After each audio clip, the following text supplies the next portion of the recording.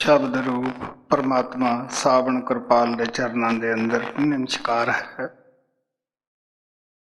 ਜਿਨ੍ਹਾਂ ਨੇ ਸਾਨੂੰ ਆਪ ਦਾ ਜਸ਼ ਕਰਨ ਦਾ ਮੌਕਾ ਦਿੱਤਾ ਹੈ। ਇਹ ਉਹਨਾਂ ਦੀ ਹੀ ਦਇਆ ਹੈ ਜੋ ਆਪਾਂ ਰਲ ਕੇ ਉਹਨਾਂ ਦੀ ਯਾਦ ਵਿੱਚ ਬੈਠੇ ਹਾਂ। ਪਰਮਾਤਮਾ ਸਦਾ ਹੀ ਆਪਣੀ ਦਇਆ ਮਿਹਰ ਸੰਤ ਸਤਿਗੁਰੂਆਂ ਦੇ ਜ਼ਰੀਏ ਹੀ ਕਰਦਾ ਆਇਆ ਹੈ।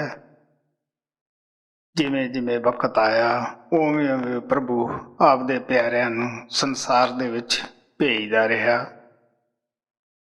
ਮਹਾਰਾਜ ਜੀ ਸਦਾ ਦੱਸਦੇ ਰਹੇ ਕਿ ਜਿਤਨੀ ਦੇਰ ਬੱਚਾ ਸੋਇਆ ਹੋਇਆ ਹੈ, ਮਾਤਾ ਬੇਫਿਕਰ ਆਪਣੇ ਕਾਰੋਬਾਰ ਦੇ ਵਿੱਚ ਮਸਤ ਹੈ, ਮਗਨ ਹੈ ਕਿ ਮੈਂ ਇਹ ਵੀ ਕਾਰੋਬਾਰ ਕਰਾਂ ਉਹ ਵੀ ਕਰਾਂ।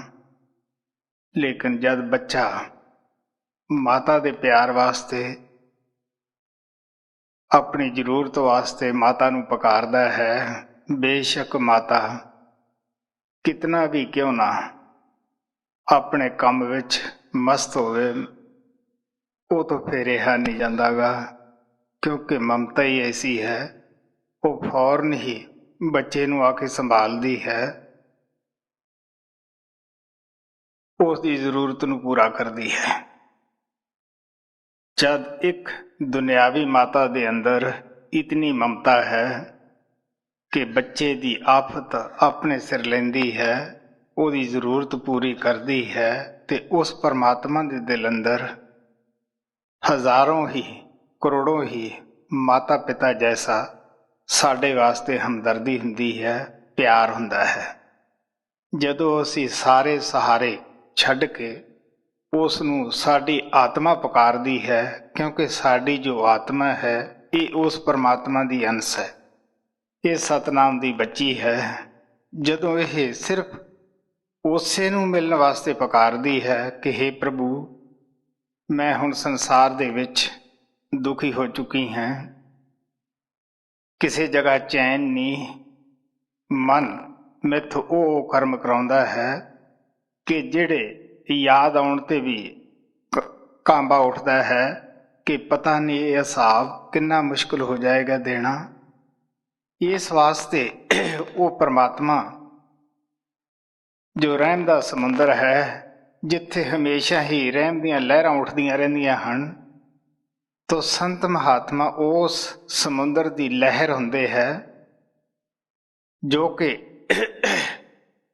ਉਹ ਪ੍ਰਮਾਤਮਾ ਦੇ ਹੁਕਮ ਵਿੱਚ ਆਉਂਦੇ ਹੈ। ਜਿੰਨਾ ਉਹਨਾਂ ਨੂੰ ਹੁਕਮ ਸੰਸਾਰ ਦੇ ਵਿੱਚ, ਜਿੰਨਾ ਆਤਮਾ ਨੂੰ ਨਾਮ ਦੇਣ ਦਾ ਹੁੰਦਾ ਹੈ, ਉਹ ਨਾਮ ਦੇ ਕੇ ਉਹਨੂੰ ਉਸ ਪਰਮਾਤਮਾ ਦੇ ਨਾਲ ਜੋੜ ਕੇ ਉਹ ਇੱਕ ਸਕਿੰਟ ਵੀ ਸੰਸਾਰ ਦੇ ਵਿੱਚ ਫਾਲਤੂ ਨਹੀਂ ਰਹਿੰਦੇ ਗੇ। ਉਹ ਜਿੱਥੋਂ ਆਏ ਹੈ, ਜਿਸ ਸਮੁੰਦਰ ਦੇ ਵਿੱਚੋਂ, ਉਸੇ ਵਿੱਚੋਂ ਵਾਪਸ ਚਲੇ ਜਾਂਦੇ ਹੈ। ਸਾਨੂੰ ਪਤਾ ਹੈ ਕਿ ਸਮੁੰਦਰ ਔਰ ਲਹਿਰ ਨੂੰ ਅਲੱਗ ਨਹੀਂ ਕੀਤਾ ਜਾ ਸਕਦਾਗਾ, ਪਾਣੀ ਹੀ ਸਮੁੰਦਰ ਹੈ, ਲਹਿਰ ਵੀ ਜੋ ਹੈ ਉਹ ਵੀ ਪਾਣੀ ਹੈ। ਜਿਸ ਤਰ੍ਹਾਂ ਸਮੁੰਦਰ ਔਰ ਲਹਿਰ ਦਾ ਰਿਸ਼ਤਾ ਹੈ, ਇਸੇ ਤਰ੍ਹਾਂ ਉਸ ਪਰਮਾਤਮਾ ਦਾ ਔਰ ਉਹਨਾਂ ਸੰਤਾਂ ਦਾ ਰਿਸ਼ਤਾ ਹੈ। ਬੂੰਦ ਵੀ ਪਾਣੀ ਹੈ, ਫਰਕ ਵਿਛੋੜੇ ਦਾ ਹੁੰਦਾ ਹੈ। ਪਰਮਾਤਮਾ ਸਮੁੰਦਰ ਹੈ, ਸ਼ਬਦ ਉਸ ਦੀ ਲਹਿਰ ਹੈ, ਆਤਮਾ ਬੂੰਦ ਹੈ। ਇਹ ਬੂੰਦ ਉਤਨਾ ਚਿਰ ਹੀ ਕਹਾਉਂਦੀ ਹੈ ਜਿਤਨਾ ਚਿਰ ਉਸ ਪਰਮਾਤਮਾ ਤੋਂ ਅਲੱਗ ਹੈ। ਜਦ ਇਹ ਵੀ ਉਸ ਸਮੁੰਦਰ ਦੇ ਅੰਦਰ, ਲਹਿਰ ਦੇ ਅੰਦਰ ਜਾ ਕੇ ਸਮਾ ਜਾਂਦੀ ਹੈ, ਇਹ ਵੀ ਸਮੁੰਦਰ ਹੀ ਕਹਾਉਂਦੀ ਹੈ। ਸਾਨੂੰ ਪਤਾ ਹੈ ਕਿ ਆਪਾਂ ਜੇ ਕੋਈ ਲਹਿਰ ਨੂੰ ਚੀਜ਼ ਸਪੁਰਦ ਕਰ ਦਈਏ, ਉਹ ਲਹਿਰ ਉਹਨੂੰ ਪਾਣੀ ਦੀ ਤਹਿ ਦੇ ਵਿੱਚ ਲੈ ਕੇ ਬੈਠ ਜਾਂਦੀ ਹੈ। ਇਸੇ ਤਰ੍ਹਾਂ ਜਦੋਂ ਅਸੀਂ ਹਰ ਸਹਾਰੇ ਛੋੜ ਕੇ ਉਸ ਪਰਮਾਤਮਾ ਦੇ ਆਸਰੇ ਹੋ ਜਾਂਦੇ ਹਾਂ, ਪਰਮਾਤਮਾ ਆਪਣੇ ਪਿਆਰਿਆਂ ਨੂੰ ਭੇਜਦਾ ਹੈ। ਜਦੋਂ ਅਸੀਂ ਵੀ ਦੁਨੀਆ ਦੀ ਹਰ ਚੀਜ਼ 'ਚੋਂ ਆਪਣੇ ਖਿਆਲ ਨੂੰ ਕੱਢ ਲੈਂਦੇ ਹਾਂ, ਉਸ ਵੇਲੇ ਉਹ ਵੀ ਸਾਨੂੰ ਆਪਣੇ ਵਿੱਚ ਲੈ ਕੇ ਉਹ ਵੀ ਉਸੇ ਸਮੁੰਦਰ ਪਰਮਾਤਮਾ ਦੇ ਵਿੱਚ ਜਾ ਕੇ ਸਮਾ ਜਾਂਦੇ ਹੈ। ਜਿਤਨਾ ਚਿਰ ਬੱਚਾ ਖੇਡ ਵਿੱਚ ਮਸਤ ਹੈ, ਉਤਨਾ ਚਿਰ ਮਾਤਾ ਸੋਈ ਹੈ। जितना चिर असी दुनिया दे समान ਜਿਹਦੇ ਵਿੱਚ ਸਾਨੂੰ ਹਮੇਸ਼ਾ ਹੀ ਦੁੱਖ ਹੈ ਔਰ ਕਸ਼ਟ ਹੈ, ਸਾਨੂੰ ਪਤਾ ਹੈ ਕਿ ਅਸੀਂ ਅੱਛੀ ਦੁਨੀਆ ਦਾ ਧਨ ਦੌਲਤ ਮੰਗਦੇ ਹਾਂ, ਦਿਨ ਰਾਤ ਅਰਦਾਸਾਂ ਕਰਨ ਲੱਗੇ ਪਏ ਹਾਂ। ਅਗਰ ਪਰਮਾਤਮਾ ਸਾਡੇ ਤੇ ਮਿਹਰ ਕਰਦਾ ਹੈ ਫੇਰ ਕਿਹੜਾ ਸਾਨੂੰ ਚੈਨ ਹੈ ਜਾਂ ਸ਼ਾਂਤੀ ਹੈ? ਉਸ ਰੱਖਣ ਵਿੱਚ ਕਿੰਨੀ ਮੁਸੀਬਤ ਹੈ। ਕਿਤਨਾ ਸਾਡੇ ਅੰਦਰ ਹੰਕਾਰ ਆ ਜਾਂਦਾ ਹੈ, ਗਰੂਰ ਆ ਜਾਂਦਾ ਹੈ। ਫਿਰ ਵੀ ਸਭ ਕੁਛ ਆਪਣਾ ਇੱਕ ਰਾਮ ਪਰਾਇਆ, ਇਹ ਵੀ ਇੱਕ ਭੁਲੇਖਾ ਹੀ ਹੁੰਦਾ ਹੈ। ਅਸੀਂ ਕਹਿੰਦੇ ਹਾਂ ਕਿ ਸਾਨੂੰ ਧਨ ਪਦਾਰਥ ਮਿਲੇ ਤੇ ਸ਼ਾਇਦ ਅਸੀਂ ਭਗਤੀ ਕਰੀਏ। ਨਹੀਂ, ਧਨੀ ਆਦਮੀ ਤਾਂ ਮੁਸ਼ਕਿਲ ਹੀ ਇਸ ਪਾਸੇ ਆਉਂਦਾ ਹੈ।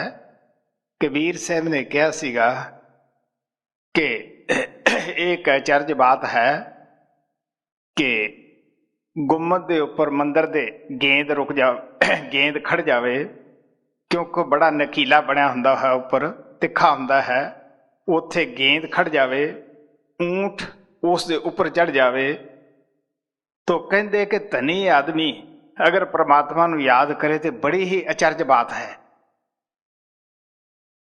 ਸੋ ਇਸ ਵਾਸਤੇ ਕਬੀਰ ਸਾਹਿਬ ਕਹਿੰਦੇ ਆ, ਟੋਟੇ ਮੇਂ ਭਗਤੀ ਕਰੇ ਤਾਂ ਕਾ ਨਾਮ ਸਪੂਤ, ਮਾਇਆ ਧਾਰੀ ਮਸ਼ਕਰੇ ਕੇਤੇ ਹੀ ਗਏ ਊਤ।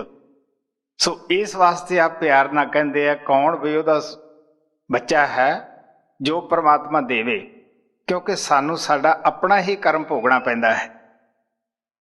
ਜੋ ਕੁਛ ਅਸੀਂ ਲਿਖਾ ਕੇ ਲਿਆਏ हैं ਉਹ ਸਾਨੂੰ ਅਵਸ਼ ਮਿਲਦਾ ਹੈ, ਚਾਹੇ ਮੰਗੀਏ ਜਾਂ ਨਾ ਮੰਗੀਏ। ਸੋ ਇਸ ਵਾਸਤੇ ਅਸੀਂ ਆਮ ਤੌਰ 'ਤੇ ਕੀ ਕਰਦੇ ਹਾਂ, ਜੇ ਭੁੱਲੇ ਭਟਕੇ ਕਿਤੇ ਪਰਮਾਤਮਾ ਦੀ ਸੰਗਤ ਔਰ ਸੋਭਤ ਦੇ ਵਿੱਚ ਅਸੀਂ ਜਾਈਏ, ਭਗਤੀ ਕਰੀਏ, ਤਾਂ ਫਿਰ ਮਨ ਸਾਡੇ ਅੰਦਰ ਖੁਆਇਸ਼ਾਂ ਪੈਦਾ ਕਰਦਾ ਹੈ। ਜਦ ਖੁਆਇਸ਼ਾਂ ਪੈਦਾ ਕਰਦਾ ਹੈ, ਅਸੀਂ ਉਹ ਪੂਰੀਆਂ ਕਿਤੋਂ ਕਰਾਉਣੀਆਂ ਚਾਹੁੰਦੇ ਹਾਂ? ਉਹ ਮਾਲਕ ਦੇ ਪਿਆਰਿਆਂ ਤੋਂ। ਇੱਕ ਖੁਆਇਸ਼ ਪੂਰੀ ਹੋ ਗਈ, ਇੱਕ ਹੋਰ ਰੱਖਤੀ, ਉਹ ਪੂਰੀ ਹੋ ਗਈ, ਇੱਕ ਹੋਰ ਰੱਖਤੀ। ਜਦ ਕੋਈ ਖੁਆਇਸ਼ ਪੂਰੀ ਨਾ ਹੋਈ ਤੇ ਉਦੋਂ ਸਾਡਾ ਭਰੋਸਾ ਟੁੱਟ ਜਾਂਦਾ ਹੈ। ਸੋ ਇਸ ਵਾਸਤੇ ਭਜਨ ਤੇ ਤਾਂ ਅਸੀਂ ਮਿੰਟ ਸ਼ਾਇਦ ਮਸਾਂ ਹੀ ਬੈਠਦੇ ਹਾਂ। ਅਗਰ ਬੈਠਦੇ ਹਾਂ ਤਾਂ ਉਸ ਮਿੰਟ ਦੇ ਅੰਦਰ ਵੀ ਸਾਡਾ ਜਿਹੜੇ ਖਿਆਲ ਹੈ ਉਹ ਦੁਨੀਆ 'ਚ ਫੈਲਿਆ ਹੁੰਦਾ ਹੈ। ਦੁਨੀਆ ਦਾ ਚੀਜ਼ ਮੰਗਣ ਵਾਸਤੇ, ਅਰਦਾਸ ਕਰਨ ਵਾਸਤੇ ਅਸੀਂ ਘੰਟਾ ਘੰਟਾ ਲਾ ਦਿੰਦੇ ਹਾਂ। ਕਦੇ ਸੋਚਿਆ ਹੈ ਕਿ ਸੰਤ ਮਤ ਦੇ ਵਿੱਚ, ਸਤਸੰਗ ਦੇ ਵਿੱਚ ਤਾਂ ਅਸੀਂ ਆਪਣੇ ਮਨ ਨੂੰ ਸਮਝਾਉਣ ਵਾਸਤੇ ਆਉਂਦੇ ਹਾਂ, ਆਪਣੇ ਆਪ ਨੂੰ ਅਸੀਂ ਪਰਮਾਤਮਾ ਦੇ ਗੁਰੂ ਦੇ ਸਪੁਰਦ ਕਰਨ ਵਾਸਤੇ ਆਉਂਦੇ ਹਾਂ। ਲੇਕਿਨ ਅਸੀਂ ਕੀ ਕਰਦੇ ਹਾਂ, ਇੱਥੇ ਆ ਕੇ ਮਨ ਦੇ ਮਗਰ ਲੱਗ ਜਾਂਦੇ ਹਾਂ। ਮਨ ਸਾਡੇ ਅੰਦਰ ਖੁਆਇਸ਼ਾਂ ਪੂਰੀਆਂ ਉਠਾਉਂਦਾ ਹੈ। ਪੂਰੀਆਂ ਕਿਤੋਂ ਕਰਾਉਂਦੇ ਹਾਂ? ਜਿਨ੍ਹਾਂ ਦੀ ਅਸੀਂ ਭਗਤੀ ਕਰਨ ਲੱਗੇ ਪਏ ਹਾਂ। ਆਪ ਸਮਝਣ ਦੀ ਬਜਾਏ ਅਸੀਂ ਕੀ ਕਰਦੇ ਹਾਂ, ਉਸ ਗੁਰੂ ਰੂਪ ਪਰਮਾਤਮਾ ਨੂੰ ਅਸੀਂ ਸਮਝਾਉਣ ਲੱਗੇ ਪਏ ਹਾਂ ਕਿ ਅਸੀਂ ਤੇਰੇ ਕਹੇ ਨਹੀਂ ਚੱਲਣਾ, ਤੂੰ ਸਾਡੇ ਕਹੇ ਚੱਲ। ਮਹਾਰਾਜ ਸਾਵਣ ਸਿੰਘ ਕਹਿੰਦੇ ਹੁੰਦੇ ਸੀ, ਅਗਰ ਜੇ ਸੰਤਾਂ ਦਾ ਇਹ ਮਿਸ਼ਨ ਹੁੰਦਾ, ਉਹਨਾਂ ਵਾਸਤੇ ਇਹੋ ਜਿਹੀਆਂ ਗੱਲਾਂ ਕੀ ਮੁਸ਼ਕਿਲ ਸਨ। ਮਦਾਰੀ ਦਾ ਖੇਡ ਤਾਂ ਛੋਟੇ ਛੋਟੇ ਮਦਾਰੀ ਵੀ ਕਰ ਸਕਦੇ ਹੈ। ਰਿੱਧੀਆਂ ਸਿੱਧੀਆਂ ਕੀ ਹੈ ਬਈ, ਇੱਕ ਮਦਾਰੀ ਦਾ ਖੇਲ ਹੈ। ਤੋ ਸੰਤ ਮਹਾਤਮਾ ਤਾਂ ਸਾਨੂੰ ਇਹਨਾਂ ਵਸਤੂਆਂ ਦੇ ਵਿੱਚੋਂ ਕੱਢਣ ਵਾਸਤੇ ਆਉਂਦੇ ਹੈ, ਤਾਂ ਕਿ ਅਸੀਂ ਭਜਨ ਕਰ ਸਕੀਏ, ਪਰਮਾਤਮਾ ਨੂੰ ਪਾ ਸਕੀਏ। ਜੋ ਮੈਂ ਤੁਹਾਨੂੰ ਸਦਾ ਹੀ ਕਹਿਣਾ ਹੁੰਦਾ ਹੈ ਕਿ ਜਦ ਉਹ ਪਰਮਾਤਮਾ ਰੂਪ ਕਿਰਪਾਲ ਘਰ ਅੰਦਰ ਆਇਆ, ਮੈਂ ਉਹਨਾਂ ਨੂੰ ਇਹੀ ਕਿਹਾ ਕਿ ਮੇਰਾ ਦਿਲ ਔਰ ਦਿਮਾਗ ਖਾਲੀ ਹੈ। ਖਾਲੀ ਦਾ ਕਾਰਨ ਇਹ ਹੀ ਸੀਗਾ। ਤੋ ਮਹਾਰਾਜ ਸਾਵਣ ਸਿੰਘ ਕਹਿੰਦੇ ਹੁੰਦੇ ਸੀਗੇ ਕਿ ਜਿਹੜੇ ਦੁਨੀਆਦਾਰੀਆਂ ਦੀਆਂ ਚੀਜ਼ਾਂ ਮੰਗਣ ਵਾਸਤੇ ਸੰਤਾਂ ਦੇ ਦਰਬਾਰ ਵਿੱਚ ਆਉਂਦੇ ਹੈ, ਉਹ ਉੱਥੇ ਵਿਚਾਰੇ ਕੀ ਖੱਟਣਗੇ? ਉਹਨਾਂ ਨੂੰ ਤਸ਼ਰੀਫ ਘਰ ਅੰਦਰ ਹੀ ਰੱਖਣੀ ਚਾਹੀਦੀ ਹੈ, ਕਿਉਂਕਿ ਸੰਤਾਂ ਦਾ ਕੰਮ ਤਾਂ ਨਾਮ ਜਪਾ ਕੇ ਜਿੱਥੋਂ ਆਤਮਾ ਵਿਛੜੀ ਹੈ ਉਸ ਜਗ੍ਹਾ ਪਹੁੰਚਾ ਦੇਣਾ ਹੈ। ਇਹ ਉਹਨਾਂ ਤੇ ਜ਼ਿੰਮੇਵਾਰੀ ਆਉਂਦੀ ਹੈ।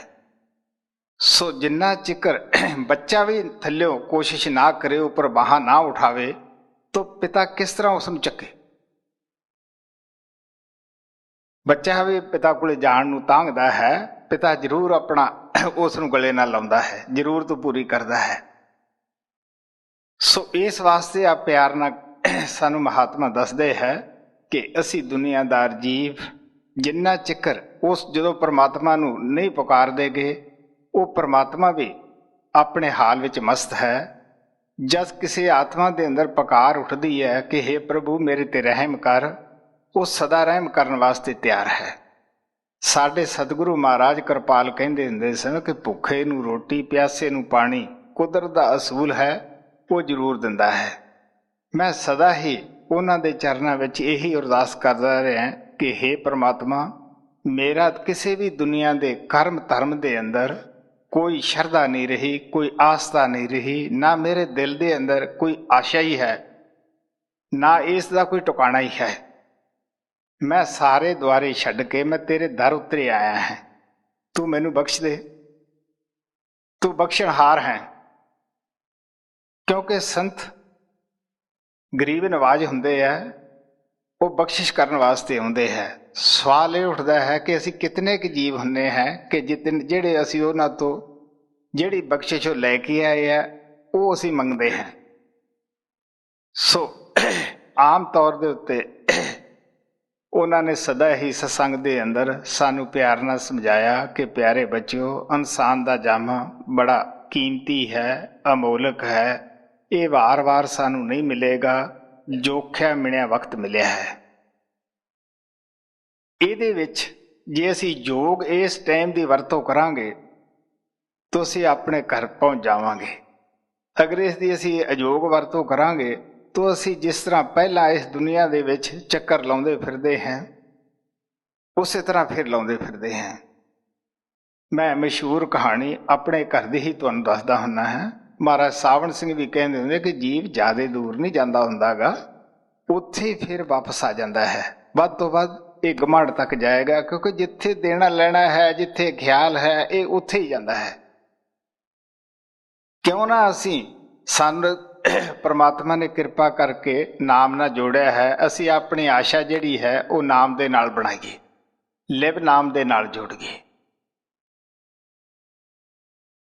ਸੋ ਤੁਹਾਡੇ ਅੱਗੇ ਗੁਰੂ ਨਾਨਕ ਦੇਵ ਜੀ ਮਹਾਰਾਜ ਦਾ ਛੋਟਾ ਜਿਹਾ ਸ਼ਬਦ ਰੱਖਿਆ ਜਾਂਦਾ ਹੈ, ਪਿਆਰ ਨਾਲ ਸੁਣਨ ਵਾਲਾ ਹੈ। ਗੁਰੂ ਸਾਹਿਬ ਕਹਿੰਦੇ ਹੈ, ਚਾਹੇ ਅਸੀਂ ਲੱਖਾਂ ਨੇਕੀਆਂ ਕਰ ਲਈਏ, ਚੰਗਿਆਈਆਂ ਕਰ ਲਈਏ, ਲੱਖਾਂ ਗ੍ਰੰਥਾਂ ਦਾ ਅਸੀਂ ਪਾਠ ਕਰ ਲਈਏ, ਪੁੰਨ ਦਾਨ ਕਰ ਲਈਏ, ਜੋ ਕੁਛ ਵੀ ਅਸੀਂ ਦੁਨੀਆ ਦੇ ਬੇਸ਼ੱਕ ਰਣ ਭੂਮੀ ਦੇ ਵਿੱਚ ਜਾ ਕੇ ਅਸੀਂ ਆਪਣੇ ਸਰੀਰ ਦੀ ਆਹੂਤੀ ਵੀ ਕਿਉਂ ਨਾ ਪਾ ਦਈਏ, ਲੇਕਿਨ ਪਰਮਾਤਮਾ ਦੇ ਦਰਬਾਰ ਅੰਦਰ ਇਹਨਾਂ ਚੀਜ਼ਾਂ ਦਾ ਕੋਈ ਮੁੱਲ ਨਹੀਂ ਹੁੰਦਾ ਗਾ।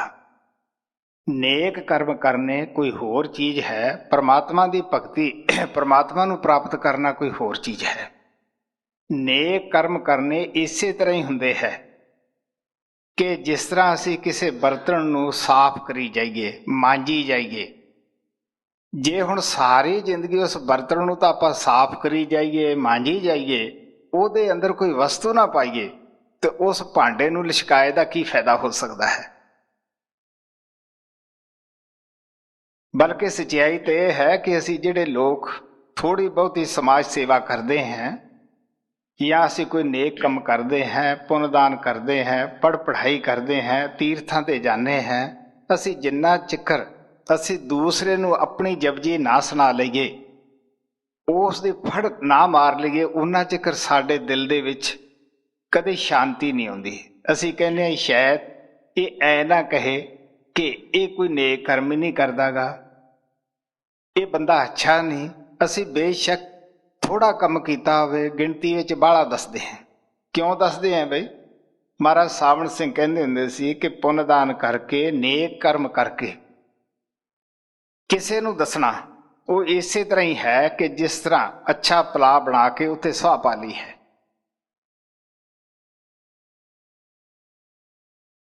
ਨੇਕ ਕਰਮ ਕਰਨੇ ਇਸੇ ਤਰ੍ਹਾਂ ਹੀ ਹੁੰਦੇ ਹੈ, ਜਿਵੇਂ ਆਪਾਂ ਅੱਛੀ ਜ਼ਮੀਨ ਨੂੰ ਦੀ ਤਿਆਰੀ ਕਰਦੇ ਹਾਂ, ਖਾਦ ਪਾਉਂਦੇ ਹਾਂ, ਉਸ ਦੇ ਅੰਦਰ ਜੋ ਵੀ ਲਦੀਨ ਵਗੈਰਾ ਹੈ ਉਸ ਨੂੰ ਨਿਕਾਲਦੇ ਹਾਂ। ਜਦ ਆਪਾਂ ਫਸਲ ਬੀਜਾਂਗੇ ਫੌਰਨ ਉਹ ਅੱਛੀ ਹੋਏਗੀ, ਤਿਆਰ ਹੋ ਜਾਏਗੀ। ਜੇ ਆਪਾਂ ਉਸ ਜ਼ਮੀਨ ਦੀ ਤਿਆਰੀ ਤਾਂ ਸਾਰੀ ਜ਼ਿੰਦਗੀ ਕਰੀ ਜਾਈਏ, ਉਸ ਦੇ ਅੰਦਰ ਕੋਈ ਬੀਜ ਹੀ ਨਾ ਡਲ ਗਏ, ਉਹ ਜ਼ਮੀਨ ਦੀ ਤਿਆਰੀ ਦਾ ਕੀ ਫਾਇਦਾ ਹੈ। ਇਸੇ ਤਰ੍ਹਾਂ ਨੇਕ ਕਰਮ ਕਰਿਆ ਤਾਂ ਤਾਂ ਹੀ ਫਾਇਦਾ ਹੈ। ਅਸੀਂ ਜੇ ਉਸ ਭਾਂਡੇ ਦੇ ਅੰਦਰ ਕੋਈ ਵਸਤੂ ਪਾਈਏ, ਵਸਤੂ ਕਿਹੜੀ ਹੈ? ਪਰਮਾਤਮਾ ਆਪਣੀ ਦਇਆ ਸਦਾ ਹੀ ਉਹ ਕਿਸੇ ਮਹਾਤਮਾ ਦੇ ਜ਼ਰੀਏ ਵਰਤਾਉਂਦਾ ਆਇਆ ਹੈ। ਉਹਦੇ ਅੰਦਰ ਵਸਤੂ ਕਾਹਦੀ ਪਾਉਣੀ ਹੈ? ਨਾਮ ਦੀ ਵਸਤੂ ਪਾਉਣੀ ਹੈ।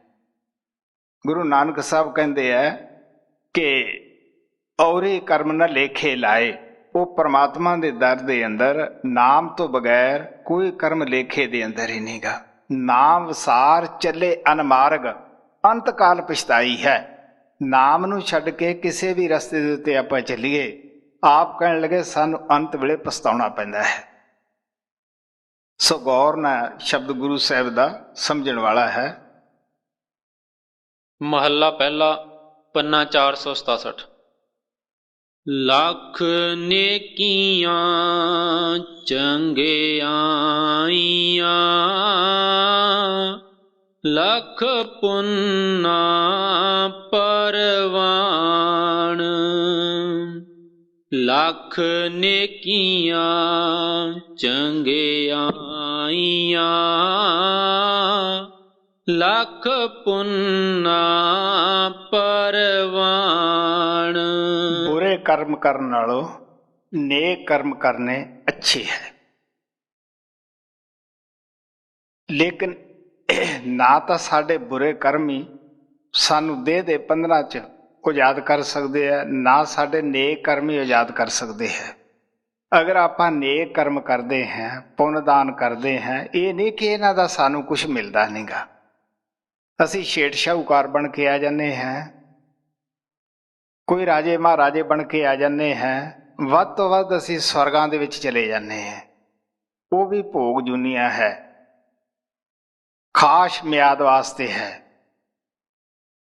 ਤੁਸੀਂ ਮਹਾਤਮਾ ਦੀ ਬਾਣੀ ਪੜ੍ਹ ਕੇ ਦੇਖ ਲਓ, ਉਹਨਾਂ ਦੇ ਵਿੱਚ ਵੀ ਹੈ, ਆਉਂਦਾ ਹੈ ਕਿ ਨਾ ਇੰਦਰਪੁਰੀ ਨੇ ਸਦਾ ਸਥਿਰ ਰਹਿਣਾ ਹੈ, ਨਾ ਬਰਮਪੁਰੀ ਨੇ, ਨਾ ਬਿਸ਼ਨਪੁਰੀ ਨੇ। ਪਰਲੋਂ ਦੇ ਅੰਦਰ ਓਮ ਤੱਕ ਸਾਰੀ ਸ੍ਰਿਸ਼ਟੀ ਦੇ ਜਿੰਨੇ ਵੀ ਮੰਡਲ ਹੈ ਉਹ ਸਾਰੇ ਹੀ ਢਹਿ ਜਾਂਦੇ ਹੈ। ਮਹਾਪਰਲੋਂ ਦੇ ਵਿੱਚ ਚੌਥੇ ਮੰਡਲ ਤੱਕ, ਭਵਰ ਗੁਫਾ ਤੱਕ ਸਾਰੇ ਮੰਡਲ ਢਹਿ ਜਾਂਦੇ ਹੈ। ਕਹਿਣ ਦਾ ਭਾਵ ਜਦ ਪਰਲੋਂ ਆਉਂਦੀ ਹੈ, ਜਿਹੜੀ ਪ੍ਰਿਥਵੀ ਹੈ ਉਹਨੂੰ ਪਾਣੀ ਘੋਲ ਲੈਂਦਾ ਹੈ, ਪਾਣੀ ਨੂੰ ਅਗਨੀ ਖੁਸ਼ਕ ਕਰ ਦਿੰਦੀ ਹੈ, ਅਗਨੀ ਨੂੰ ਹਵਾ ਉਡਾ ਕੇ ਲੈ ਜਾਂਦੀ ਹੈ, ਔਰ ਹਵਾ ਆਕਾਸ਼ ਦੇ ਵਿੱਚ ਸਮਾ ਜਾਂਦੀ ਹੈ, ਆਕਾਸ਼ ਆਪਣੇ ਭੰਡਾਰ ਬਰਮ ਦੇ ਵਿੱਚ ਜਾ ਕੇ ਸਮਾ ਜਾਂਦਾ ਹੈ। ਦੁਨੀਆ ਦੇ ਅੰਦਰ ਧੰਦੂਕਾਰਾ ਛਾ ਜਾਂਦਾ ਹੈ। ਇਹ ਹੁਣ ਉਹਦੀ ਮੌਜ ਹੈ ਕਿ ਕਦ ਮੈਂ ਸ੍ਰਿਸ਼ਟੀ ਨੂੰ ਪੈਦਾ ਕਰਾਂ।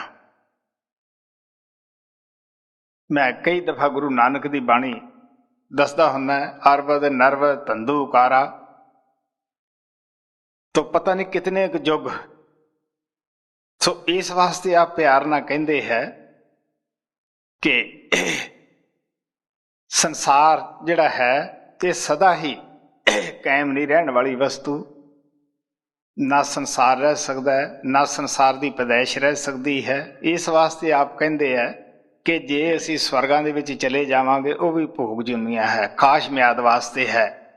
ਜੇ ਅਸੀਂ ਇਹ ਸੰਸਾਰ ਦੇ, ਇਹ ਦੁਨੀਆ ਦੇ ਭੋਗ ਭੋਗ ਕੇ ਅਸੀਂ ਸੌਖੇ ਨਹੀਂ, ਤਾਂ ਉੱਥੇ ਸੂਖਸ਼ਮ ਭੋਗ ਭੋਗ ਕੇ ਕਿਸ ਤਰ੍ਹਾਂ ਸੌਖੇ ਹੋ ਜਾਵਾਂਗੇ। ਇੱਥੇ ਵੀ ਕਿਸੇ ਨੂੰ ਕਰਜ਼ਾ ਲੈਣ ਦਾ ਦੁੱਖ ਹੈ, ਕਿਸੇ ਨੂੰ ਦੇਣ ਦਾ ਦੁੱਖ ਹੈ, ਕੋਈ ਬੇਟਿਆਂ ਹੱਥੋਂ ਤੰਗ ਹੈ, ਕਿਸੇ ਦੇ ਨਾ ਬੇਟਾ ਹੋਣ ਕਰਕੇ ਦੁਖੀ ਹੈ, ਔਰ ਕਿਸੇ ਨੂੰ ਸਰੀਰ ਦਾ ਦੁੱਖ ਹੈ, ਕਿਸੇ ਨੂੰ ਕੋਈ ਦੁੱਖ ਹੈ। ਐਵੇਂ ਇੱਕ ਦੂਸਰੇ ਦਾ ਆਪਾਂ ਨੂੰ ਓਲਾ ਹੁੰਦਾ ਹੈ। ਤੁਸੀਂ ਸੋਚ ਕੇ ਦੇਖ ਲਓ, ਇਕੱਲੇ ਨੂੰ ਬੈਠ ਕੇ ਉਹਦੇ ਵਿਚਾਰੇ ਦੀ ਕਦੇ ਗੱਲ ਤਾਂ ਸੁਣ ਕੇ ਦੇਖੋ, ਇਹ ਲੱਗੇਗਾ ਕਿ ਸ਼ਾਇਦ ਐਡਾ ਕੋਈ ਔਖਾ ਨਾ ਹੀ ਹੋਵੇ ਹੋਰ। ਸੋ ਇਸ ਵਾਸਤੇ ਆ ਪਿਆਰ ਦੇ ਨਾਲ ਕਹਿੰਦੇ ਹੈ ਕਿ ਜੇ ਇੱਥੇ ਸਾਨੂੰ ਸੁੱਖ ਨਹੀਂ, ਇਹਨਾਂ ਭੋਗਾਂ ਦੇ ਵਿੱਚ ਅਸ਼ਾਂਤੀ ਹੈ, ਤੇ ਸਵਰਗਾਂ ਦੇ ਭੋਗ ਜਿਹੜੇ ਹੈ ਉੱਥੇ ਕਿੱਥੇ ਸ਼ਾਂਤੀ ਹੈ।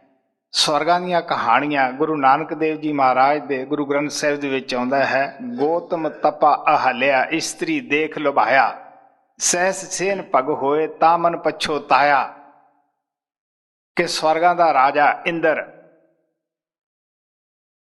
ਜਿਸ ਦੀਆਂ ਆਪਾਂ ਆਮ ਕਹਾਣੀਆਂ ਲੋਕ ਕਰਦੇ ਆ, ਭਾਈ ਤੈਨੂੰ ਸਵਰਗ ਮਿਲਣਗੇ, ਲੇਕਿਨ ਕਦੇ ਗੁਰੂ ਗ੍ਰੰਥ ਸਾਹਿਬ ਨੂੰ ਪੜ੍ਹ ਕੇ ਦੇਖੋ ਕਿ ਉਹ ਕਹਿੰਦਾ ਹੈ ਕਿ ਸਵਰਗਾਂ ਦਾ ਰਾਜਾ ਜਿਹੜਾ ਇੰਦਰ ਸੀ ਉਹ ਉੱਥੇ ਪਛਰਾਂ ਦੇ ਨਾਲ ਸ਼ਾਦੀਆਂ ਕਰਾ ਕੇ ਖੁਸ਼ ਨਾ ਹੋਇਆ, ਤਾਂ ਫਿਰ ਵੀ ਉਸਨੇ ਮਾਤਲੋਕ ਦੇ ਅੰਦਰ ਗੌਤਮ ਰਿਖੀ ਦੀ, ਹਾਲਾਂਕਿ ਆਮ ਸ਼ਾਸਤਰਾਂ ਦੇ ਵਿੱਚ ਲਿਖਿਆ ਹੈ ਕਿ ਕਿਸੇ ਅੱਛੇ ਰਿਖੀ ਦੀ ਔਰਤ ਨੂੰ ਤੱਕਣਾ ਤਾਂ ਹਰੇਕ ਵਾਸਤੇ ਹੀ ਮਾੜਾ ਹੈ, ਲੇਕਿਨ ਜਿਹੜਾ ਇਤਨਾ ਧਰਮਾਤਮਾ ਹੋਵੇ ਉਸ ਦਾ ਵੀ ਪਿੱਛਾ ਤੱਕਣਾ ਕਿੱਡਾ ਬੁਰਾ ਹੈ। ਤੋ ਰਾਜੇ ਇੰਦਰ ਨੂੰ ਜਦ ਕਾਮ ਨੇ ਜੋਸ਼ ਮਾਰਿਆ, ਅਗਰ ਸ਼ਾਂਤੀ ਹੁੰਦੀ ਤਾਂ ਕਾਮ ਕਿਉਂ ਜੋਸ਼ ਮਾਰਦਾ? ਉਹਨੇ ਅਨੇਕਾਂ ਹੀ ਉਪਾਅ ਕੀਤੇ ਉਸ ਔਰਤ ਨੂੰ ਮਿਲਣ ਵਾਸਤੇ। ਆਪਦੇ ਛਲ ਬਲ ਦਾ ਸਹਾਰਾ ਲੈ ਕੇ ਉਹਦਾ ਸਤਭੰਗ ਕੀਤਾ। ਆਖਰ ਜਦ ਗੌਤਮ ਰਿਖੀ ਨੂੰ ਪਤਾ ਲੱਗਿਆ, ਉਸ ਨੇ ਉਸ ਨੂੰ ਸਰਾਪ ਦੇ ਦਿੱਤਾ ਔਰ ਹਜ਼ਾਰਾਂ ਹੀ ਉਸ ਤਰ੍ਹਾਂ ਦੇ ਚਿੰਨ੍ਹ ਸਰੀਰ ਦੇ ਉੱਤੇ ਹੋਏ। ਹੁਣ ਦੁਨੀਆ ਨੂੰ ਸ਼ਕਲ ਦਿਖਾਉਣ ਜੋਗ ਰੱਬ ਨਾ ਰਿਹਾ। ਆਖਰ ਗੌਤਮ ਤੋਂ ਮਾਫੀ ਮੰਗੀ। ਇਸ ਵਾਸਤੇ ਸੰਤ ਮਹਾਤਮਾ ਸਾਨੂੰ ਪਿਆਰ ਨਾਲ ਕਹਿੰਦੇ, ਕਿਆ ਸਵਰਗ ਕਿਆ ਨਰਕ ਸੰਤਨ ਦੋ ਰਾਦੇ। ਕਬੀਰ ਸਾਹਿਬ ਕਹਿੰਦੇ ਆ, ਹਮ ਕਾਹੂ ਕੀ ਕਾਣ ਨਾ ਕੱਢਦੇ ਆਪਣੇ ਗੁਰ ਪ੍ਰਸਾਦੇ। ਸੰਤ ਨਾ ਤਾਂ ਕਿਸੇ ਨੂੰ ਡਰ ਹੀ ਪਾਉਂਦੇ ਆ ਬਈ ਨਰਕਾਂ 'ਚ ਦੁਖੀ ਹੋਵੋਗੇ, ਨਾ ਸਵਰਗਾਂ ਦਾ ਲਾਲਚ ਦਿੰਦੇ ਹੈ। ਉਹ ਤਾਂ ਕਹਿੰਦੇ ਪਿਆਰਿਓ, ਤੁਸੀਂ ਤੁਹਾਨੂੰ ਲੈਣ ਵਾਸਤੇ ਉਹ ਸ਼ਬਦ ਰੂਪ ਖੁਦ ਹੀ ਪ੍ਰਮਾਤਮਾ ਸੰਸਾਰ ਵਿੱਚ ਆਉਂਦਾ ਹੈ। ਉਸ ਰਸਤੇ ਤੇ ਚੱਲੋ। ਇਸ ਵਾਸਤੇ ਆਪ ਪਿਆਰ ਨਾਲ ਕਹਿੰਦੇ ਆ ਕਿ ਜੇ ਅਸੀਂ ਵੱਧ ਤੋਂ ਵੱਧ ਸਵਰਗਾਂ 'ਚ ਜਾ ਵੜਦੇ ਹਾਂ, ਲੇਕਿਨ ਫਿਰ ਸੰਸਾਰ ਵਿੱਚ ਆਉਣਾ ਪੈਂਦਾ ਹੈ। ਸਵਰਗਾਂ ਤੋਂ ਉਤਰ ਕੇ ਇਨਸਾਨ ਦਾ ਜਾਮਾ ਜ਼ਰੂਰ ਮਿਲਦਾ ਹੈ। ਸੋ ਇਸ ਵਾਸਤੇ ਫਿਰ ਵੀ ਜੇ ਨਾਮ ਮਿਲ ਗਿਆ ਤਾਂ ਮੁਕਤੀ ਹੈ, ਅਗਰ ਨਾਮ ਨਾ ਮਿਲਿਆ ਤਾਂ ਫਿਰ 84 ਜਾਣਾ ਪੈਂਦਾ ਹੈ। ਇਸ ਵਾਸਤੇ ਆਪ ਪਿਆਰ ਨਾਲ ਕਹਿੰਦੇ ਹੈ ਕਿ ਪਾਪ ਕਰਦੇ ਹਾਂ ਤੇ ਨਰਕ 84 ਸਾਡੇ ਵਾਸਤੇ ਤਿਆਰ ਹੀ ਹੈ। ਤੋ ਆਪ ਪਿਆਰ ਨਾਲ ਕਹਿੰਦੇ ਆ ਕਿ ਬੇਸ਼ੱਕ ਤੀਰਥਾਂ ਦੇ ਉੱਤੇ ਜਾ ਕੇ ਤੁਸੀਂ ਘਰ ਪਾ ਲਓ, ਗੁਰੂ ਸਾਹਿਬ ਕਹਿੰਦੇ ਹੈ ਮੁਕਤੀ ਨਾਮ ਤੋਂ ਬਗੈਰ ਫੇਰ ਵੀ ਨਹੀਂ। ਇੱਕ ਦਫਾ ਪਾਰਵਤੀ ਸ਼ਿਵਾ ਨੂੰ ਪੁੱਛਣ ਲੱਗੀ, ਕਿਉਂਕਿ ਗੰਗਾ ਦਾ ਪਰਬ ਲੱਗਿਆ ਹੋਇਆ ਸੀਗਾ, ਕਿ ਇਹ ਕਿੱਧਰ ਜਾ ਰਹੇ ਹੈ। ਉਹ ਕਹਿਣ ਲੱਗੇ ਕਿ ਗੰਗਾ ਇਸ਼ਨਾਨ ਕਰਨ ਜਾ ਰਹੇ ਹੈ। ਤਾਂ ਪਾਰਵਤੀ ਕਹਿਣ ਲੱਗੀ ਵੀ ਇਹਨਾਂ ਨੂੰ ਕਿਤਨਾ ਕੁ ਫਲ ਮਿਲੇਗਾ, ਕਿ ਇੰਨੇ ਲੋਕ ਜਾਂਦੇ ਇਹਨਾਂ ਸਾਰਿਆਂ ਨੂੰ ਫਲ ਮਿਲੇਗਾ? ਉਹ ਕਹਿਣ ਲੱਗਿਆ ਨਹੀਂ, ਕਿਸੇ ਨੂੰ ਵੀ ਨਹੀਂ ਮਿਲਦਾਗਾ। ਫਿਰ ਉਹ ਦਇਆਵਾਨ ਸੀ, ਕਹਿੰਦੇ ਆ ਮੈਂ ਤੈਨੂੰ ਉੱਥੇ ਤਜਰਬਾ ਵੀ ਕਰਾ ਦੇਣਾ ਹੈ। ਤੋ ਸ਼ਿਵਾ ਨੇ ਤਾਂ ਆਪਣਾ ਬਿਰਧ ਰੂਪ, ਕਿਉਂਕਿ ਦੇਵਤਾ ਸੀਗਾ, ਉਹਨਾਂ ਨੇ ਤਾਂ ਆਪਣਾ ਬਿਰਧ ਰੂਪ ਧਾਰਨ ਕਰ ਲਿਆ। ਤੋ ਪਾਰਵਤੀ ਜੈਸੀ ਜਵਾਨ ਲੜਕੀ ਸੀ ਵੈਸੀ ਬਣ ਕੇ ਬੈਠ ਗਈ। ਹੁਣ ਜਿਹੜੇ ਉੱਥੋਂ ਦੇ ਜਾਂਦੇ ਆ ਤੀਰਥਾਂ ਨੂੰ, ਹਰੇਕ ਦੇਖਦਾ ਹੈ ਕਿ ਇਹ ਬੁੱਢੇ ਕੋਲੇ ਇਸ ਨੌਜਵਾਨ ਔਰਤ ਦਾ ਕੀ ਕੰਮ ਹੈ ਬਈ। ਇੱਕ ਨੌਜਵਾਨ ਆਇਆ, ਉਹ ਕਹਿਣ ਲੱਗਾ ਤੂੰ ਬੁੱਢੇ ਕੋਲੇ ਕਿਉਂ ਬੈਠੀ ਹੈ, ਆ ਮੈਂ ਤੈਨੂੰ ਨਵਾ ਲਿਆਉਣਾ ਹੈ। ਉਹ ਚੁੱਪ। ਸੈਂਕੜੇ ਹਜ਼ਾਰਾਂ ਸ਼ਾਮ ਤੱਕ ਲੰਘੇ, ਸਾਰੇ ਐਸਾ ਹੀ ਕੋਈ ਬਖੌਲ ਟੀਚਰ ਕਰਕੇ ਲੰਘਦਾ ਹੈ, ਕੋਈ ਟੀਚਰ ਕਰਕੇ ਲੰਘਦਾ ਹੈ।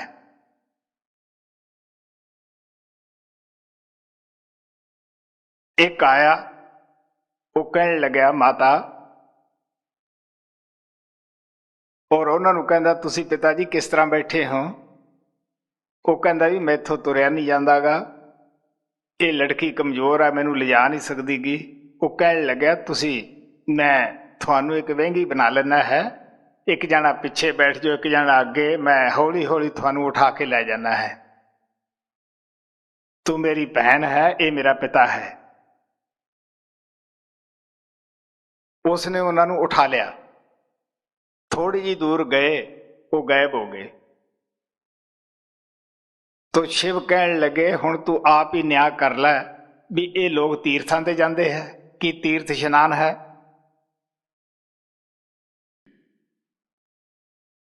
ਅੱਜ ਕੱਲ੍ਹ ਤਾਂ ਤੁਹਾਨੂੰ ਪਤਾ ਹੀ ਹੈ, ਜੋ ਕੋਈ ਤੀਰਥਾਂ ਦੇ ਉੱਤੇ ਹੈ ਮੇਲੇ ਲੱਗਦੇ ਹੈ, ਘਰੋਂ ਅਸੀਂ ਪੈਸਾ ਖਰਚ ਕਰਕੇ ਜਾਂਦੇ ਹਾਂ, ਉੱਥੇ ਸਿਨੇਮਿਆਂ 'ਚ ਫਿਰਦੇ ਹਾਂ, ਕੌਣ ਉੱਥੇ ਮਹਾਤਮਾ ਹੈ ਜਿਹੜਾ ਸਾਨੂੰ ਸਤਸੰਗ ਸੁਣਾਉਂਦਾ ਹੈ? ਜੀ। ਲੱਖ ਨੇਕੀਆਂ ਚੰਗਿਆਈਆਂ,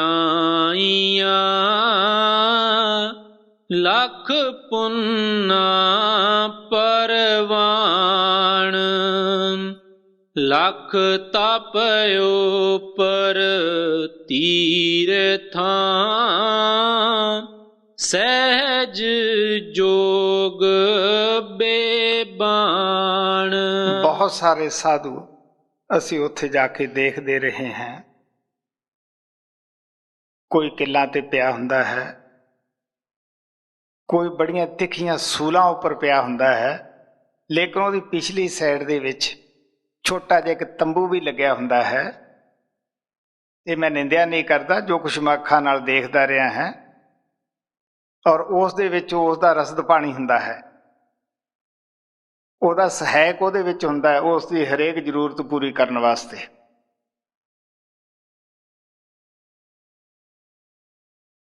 ਲੇਕਿਨ ਕੁਛ ਟਾਈਮ ਵਾਸਤੇ ਉਹਨਾਂ ਸੂਲਾਂ ਤੇ ਆ ਕੇ ਪੈ ਜਾਣਾ ਹੈ।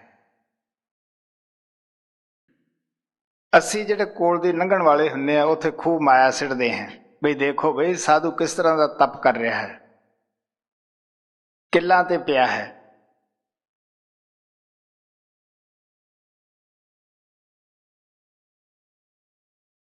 ਕਿਉਂਕਿ ਸਰੀਰ ਨੂੰ ਦੁੱਖ ਦੇਣ ਦੇ ਨਾਲ ਕਸ਼ਟ ਦੇਣ ਵਾਸਤੇ ਤਾਂ ਪਰਮਾਤਮਾ ਨਹੀਂ ਮਿਲਦਾਗਾ, ਲੇਕਿਨ ਉਹ ਤਾਂ ਇੱਕ ਮਾਇਆ ਦਾ ਵਪਾਰ ਹੈ। ਜਦ ਗੁਰੂ ਨਾਨਕ ਦੇਵ ਜੀ ਕੁਰੂਕਸ਼ੇਤਰ ਦੇ ਅੰਦਰ ਗਏ ਸੀਗੇ, ਉੱਥੇ ਵੀ ਇੱਕ ਨੇ ਢੌਂਗ ਰਚਿਆ ਸੀਗਾ, ਕਿੱਲਾਂ ਤੇ ਪਿਆ ਸੀ, ਕਹਿੰਦਾ ਮੈਨੂੰ ਤਰਲੋਕੀ ਤੱਕ ਦਿਸਦਾ ਹੈ। ਤਾਂ ਗੁਰੂ ਨਾਨਕ ਨੇ ਉਹਨਾਂ ਨੂੰ ਸਮਝਾਉਣ ਵਾਸਤੇ ਬੜੇ ਪਿਆਰ ਨਾਲ ਬਾਲੇ ਨੂੰ ਕਿਹਾ ਕਿ ਇਹਦਾ ਜਿਹੜਾ ਲੋਟਾ ਅੱਗੇ ਪਿਆ ਹੈ, ਕਿਉਂਕਿ ਅੱਖਾਂ ਕਿਤੇ ਹੀ ਖੋਲਦਾ ਸੀਗਾ,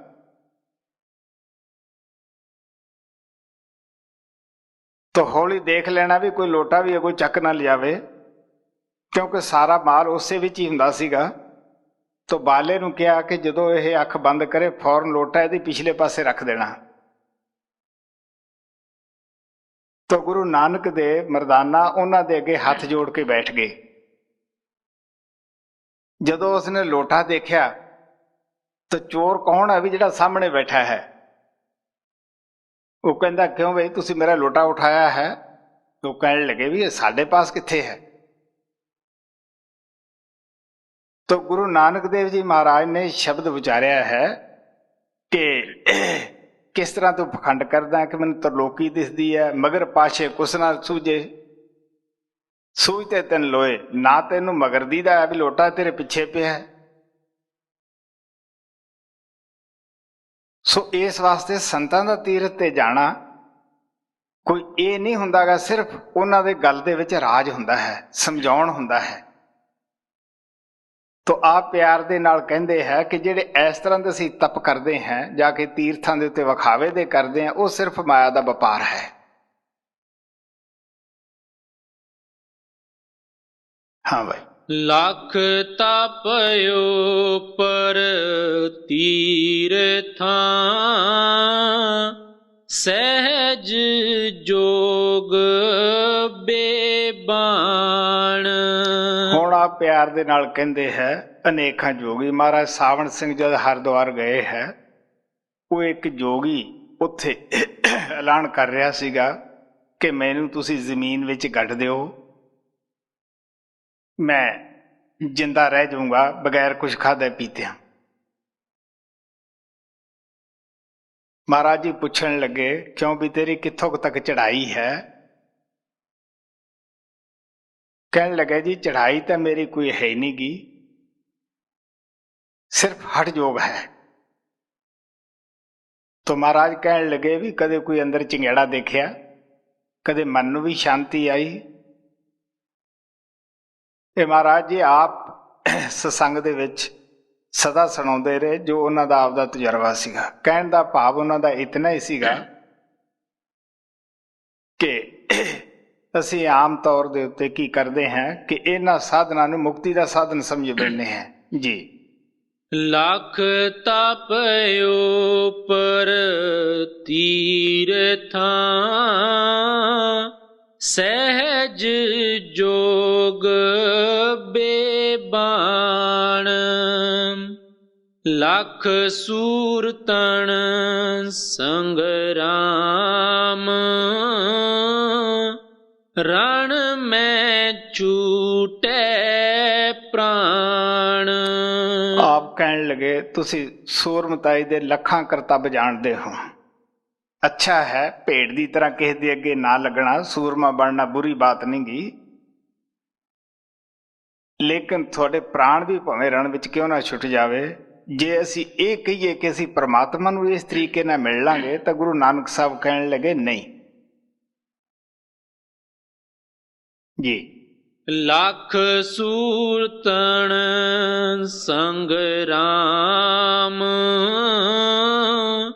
ਰਣ ਮੈਂ ਛੂਟੈ ਪ੍ਰਾਣ ਲੱਖ ਸੁਰਤੀ ਲੱਖ ਗਿਆਨ ਧਿਆਨ ਪੜ੍ਹੀਏ ਪਾਠ ਪੁਰਾਣ। ਸਾਡੇ 18 ਪ੍ਰਾਣ ਔਰ 27 ਸੁਰਤੀਆਂ ਹਨ। ਉਹ ਕਹਿੰਦੇ ਪਏ ਤੁਸੀਂ ਲੱਖਾਂ ਸੁਰਤੀਆਂ ਹੋਰ ਵੀ ਵੇਦ ਸ਼ਾਸਤਰ ਪੜ੍ਹ ਲਓ, ਕਿਉਂਕਿ ਅਸੀਂ ਜਿਤਨੇ ਵੀ ਗ੍ਰੰਥ ਬਗੀਚੇ ਦੇ ਵਿੱਚ ਜਿੰਨਾ ਚਿਰ ਪੜ੍ਹਦੇ ਹਾਂ, ਸੈਰ ਕਰਦੇ ਹਾਂ, ਆਨੰਦ ਲੈਂਦੇ ਹਾਂ, ਜਦੋਂ ਕਿਤਾਬ ਠੱਪ ਦਿੱਤੀ ਫਿਰ ਅਸੀਂ ਮਨ ਦੇ ਵੱਸ ਹੋ ਜਾਂਦੇ ਹਾਂ। ਉਹੀ ਸਾਡੇ ਅੰਦਰ ਕਾਮ ਹੁੰਦਾ, ਉਹੀ ਕ੍ਰੋਧ ਹੁੰਦਾ ਹੈ, ਉਹੀ ਮਨ ਦੇ ਅੰਦਰ ਸ਼ਰਾਰਤਾਂ ਹੁੰਦੀਆਂ ਹਨ। ਪੜ੍ਹਨ ਨਾਲ ਸ਼ਾਂਤੀ ਆਉਂਦੀ। ਤੋ ਜਿਹੜਾ ਰਾਜਾ ਰਾਵਣ ਸੀਗਾ ਉਹ ਦੁਨੀਆ ਦੇ ਵਿੱਚ ਬਹੁਤ ਪੜ੍ਹਿਆ ਲਿਖਿਆ ਸੀਗਾ। ਰਾਵਣ ਟੀਕਾ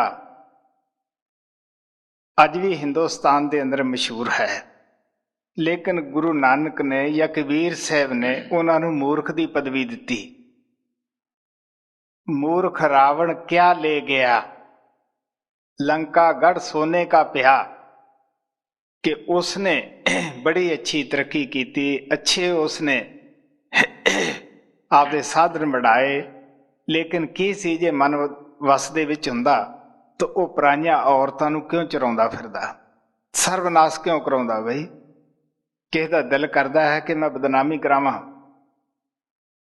तो इस वास्ते आप कहते लंका गढ़ सोने का पिया, मूर्ख रावण क्या ले गया। जे पढ़ पढ़ाई दे विच शांति हुंदी तो रावण नूं जरूर शांति आ जानी चाहिदी सी।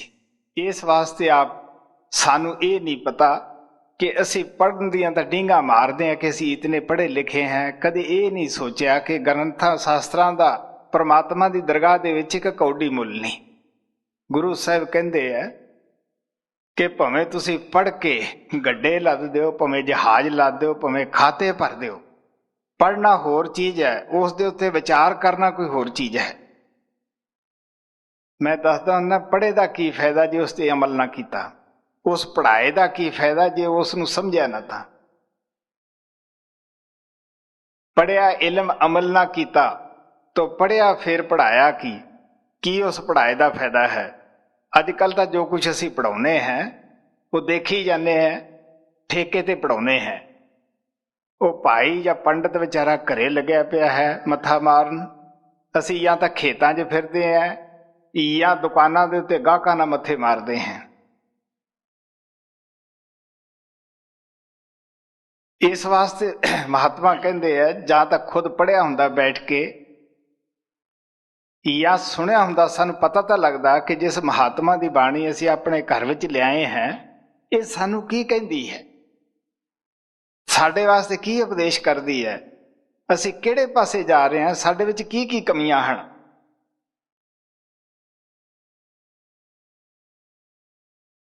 हाँ, लख सुरती लख ज्ञान ध्यान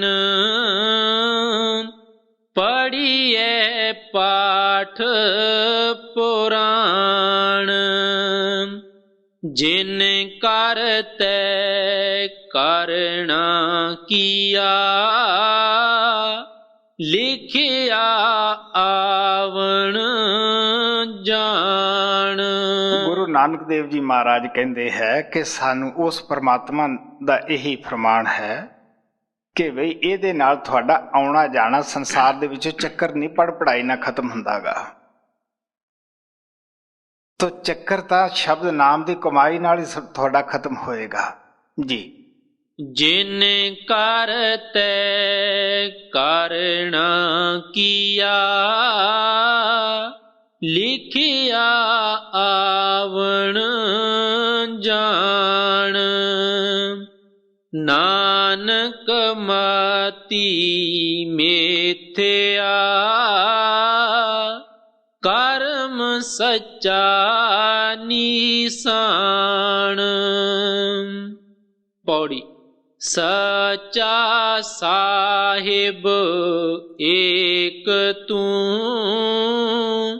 ਜਿਨ ਸਚੋ ਸੱਚ ਵਰਤਾਇਆ। ਹੁਣ ਗੁਰੂ ਨਾਨਕ ਦੇਵ ਜੀ ਮਹਾਰਾਜ ਬੜੇ ਪਿਆਰ ਨਾਲ ਦੱਸਦੇ ਹੈ ਕਿ ਸੰਸਾਰ ਦੇ ਵਿੱਚ ਉਹ ਪਰਮਾਤਮਾ ਇੱਕ ਹੈ।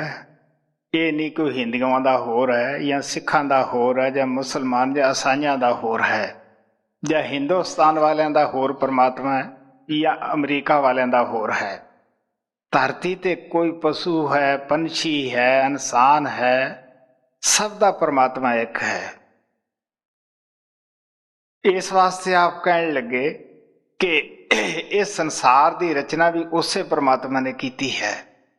ਜੋ ਕੁਛ ਇੱਥੇ ਚੱਲ ਫਿਰ ਰਿਹਾ ਹੈ ਇਹ ਉਹ ਸੱਚੇ ਪਰਮਾਤਮਾ, ਸੱਚ ਦਾ ਮਤਲਬ ਜਿਹੜਾ ਕਦੇ ਨਾਸ ਨਹੀਂ ਹੁੰਦਾ, ਫਨਾ ਨਹੀਂ ਹੁੰਦਾਗਾ, ਉਸ ਦੇ ਆਧਾਰ ਤੇ ਸਾਡੇ ਖੰਡ ਬ੍ਰਹਮੰਡ ਚੱਲ ਰਹੇ ਹੈ। ਉਹ ਪਰਮਾਤਮਾ ਅੰਦਰ ਹੋਣ ਕਰਕੇ ਹੀ ਅਸੀਂ ਦੌੜੇ ਫਿਰਦੇ ਹਾਂ। ਸਾਡਾ ਹਰ ਇੱਕ ਭੈਣ ਭਰਾ ਆਦਰ ਕਰਦਾ ਹੈ। ਜਦੋਂ ਪਰਮਾਤਮਾ ਦੀ ਤਾਕਤ ਕਿਰਨ ਆਤਮਾ ਸਾਡੇ ਵਿੱਚ ਉਡਾਰੀ ਮਾਰ ਜਾਂਦੀ ਹੈ, ਇਹ ਸਰੀਰ ਦੀ ਕੋਈ ਕੌਡੀ ਦੇਣ ਵਾਸਤੇ ਤਿਆਰ ਨਹੀਂਗਾ। ਜਿਸ ਔਰਤ ਦਾ ਮਰਦ ਦਾ ਆਪਸਰੀ ਵਿੱਚ ਕਿੰਨਾ ਲਗਾਓ ਹੁੰਦਾ ਹੈ, ਜਿਸ ਬੇਟੇ ਨਾਲ ਪਿਤਾ ਦਾ ਮਾਤਾ ਦਾ ਲਗਾਓ ਹੁੰਦਾ ਹੈ, ਇੱਕ ਸਕਿੰਟ ਵਾਸਤੇ ਅਸੀਂ ਪਰਾਇਆ ਕਰ ਲੈਂਦੇ ਹਾਂ। ਜੇ ਸਰੀਰ ਨੂੰ ਦੇਖ ਕੇ ਸਾਰੇ ਖੁਸ਼ ਹੁੰਦੇ ਹੈ, ਉਹ ਡੈਣ ਵਰਗਾ ਚਿਹਰਾ ਹੋ ਜਾਂਦਾ ਹੈ। ਥੋੜੇ ਚਿਰ ਬਾਅਦ ਹੀ ਉਹ 'ਚੋਂ ਬਦਬੂ ਆਉਣੀ ਸ਼ੁਰੂ ਹੋ ਜਾਂਦੀ ਹੈ। ਤੋ ਸੰਤ ਕਹਿੰਦੇ ਆ ਚਾਹੇ ਤੁਸੀਂ ਉਸ ਨੂੰ ਆਤਮਾ ਕਹਿ ਲਓ, ਕਰੰਟ ਕਹਿ ਲਓ ਜਾਂ ਕੀਮਤੀ ਸਰੀਰ ਦਾ ਜੌਹਰ ਕਹਿ ਲਓ, ਤੁਸੀਂ ਜਦ ਇਸ ਨੂੰ ਤੁਸੀਂ ਇਸ ਦੇ ਭੰਡਾਰ ਵਿੱਚ ਨਹੀਂ ਮਿਲਾਉਂਦੇਗੇ, ਉਹਨਾਂ ਚਿਰ ਕਿਸ ਤਰ੍ਹਾਂ ਤੁਸੀਂ ਮੁਕਤੀ ਪ੍ਰਾਪਤ ਕਰ ਸਕਦੇ ਹੋ।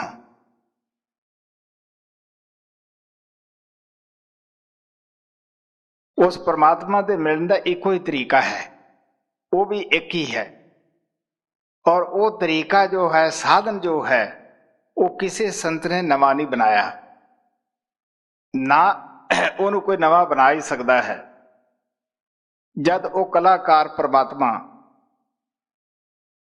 ਮਾਤਾ ਦੇ ਪੇਟ ਅੰਦਰ ਆ ਕੇ ਸਾਡੀ ਸਿਰਜਣਾ ਕਰਦਾ ਹੈ ਸਰੀਰ ਦੀ, ਇਹ ਉਸ ਨੂੰ ਪਤਾ ਹੈ ਕਿ ਕਿੱਥੇ ਅੱਖਾਂ ਲਾਉਣੀਆਂ ਹਨ, ਕਿੱਥੇ ਕੰਨ ਲਾਉਣੇ ਹੈ, ਜ਼ਬਾਨ ਕਿੱਥੇ ਲਾਉਣੀ ਹੈ, ਜ਼ਬਾਨ ਨੂੰ ਹਰਕਤ ਕਿਸ ਤਰ੍ਹਾਂ ਮੈਂ ਦੇਣੀ ਹੈ, ਕਿੱਥੇ ਲੱਤਾਂ ਲਾਉਣੀਆਂ ਹਨ, ਕਿੱਥੇ ਰੋਮ ਉਗਾਉਣੇ ਹੈ, ਕਿੱਥੇ ਨਹੀਂ ਉਗਾਉਣੇ ਹੈ। ਅਸੀਂ ਰੋਜ਼ ਦੇਖਦੇ ਹਾਂ ਉਸ ਮਹਾਨ ਕਲਾਕਾਰ ਦੀ ਕਿਰਤ। ਜਦ ਇਹ ਚੀਜ਼ਾਂ ਸੰਤ ਕਹਿੰਦੇ ਸੱਚ ਹੈ, ਤਾਂ ਉਹਨੇ ਆਪਦੀ ਸੀਟ ਬੈਠਣ ਵਾਲੀ ਵੀ ਔਰ ਉਹ ਸੀਟ ਤੇ ਪਹੁੰਚਣ ਵਾਸਤੇ ਰਸਤਾ ਵੀ ਉਹ ਪਰਮਾਤਮਾ ਨੇ ਖੁਦ ਬਣਾਇਆ ਹੈ। ਉਹਨੂੰ ਅਸੀਂ ਘਟਾ ਨਹੀਂ ਸਕਦੇ, ਵਧਾ ਨਹੀਂ ਸਕਦੇਗੇ। तो उतना ही प्राणा है जितना कि परमात्मा खुद प्राणा है।